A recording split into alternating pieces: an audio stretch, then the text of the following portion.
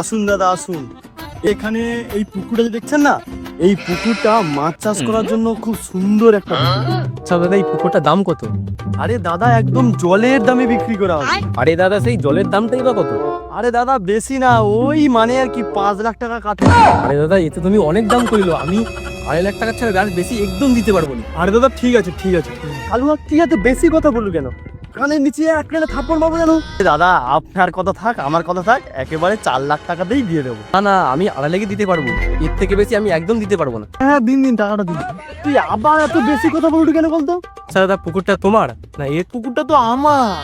তুমি কততে বিক্রি করবে আমাকে বলো। ওই 2.5 লাখ দিলেই হবে।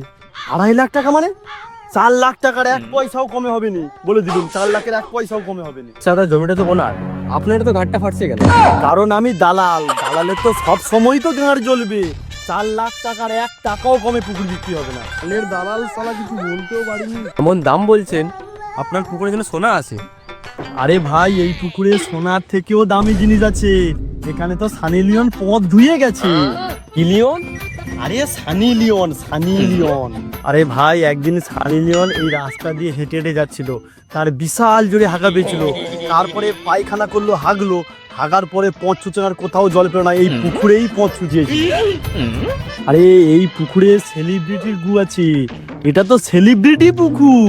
যদি আপনি এই পুকুরে মাছ চাষ করেন না, আপনি নিজেই সেলিব্রিটি হয়ে যাবে। এই পুকুরটার দাম ছিল তো 50 লাখ টাকা কাঠা, শুধু আপনি চেনাশোনা মানুষ বলেন 4 লাখ টাকা কাঠাতেই বিক্রি করছেন। দাদা, আপনার এই সেলিব্রিটি পুকুরে আপনি মাছ চাষ করুন। দাদা শুনুন শুনুন, আরো কম করে দেবো শুনুন। দিল দাদা গানটা মারিয়া যাও, 2.5 লাখ টাকা পাইছি সেটাও পাবো না। শোন টেনশন নিস না, পরের দিন আমি আবার একটা লোক নিয়ে আসবো।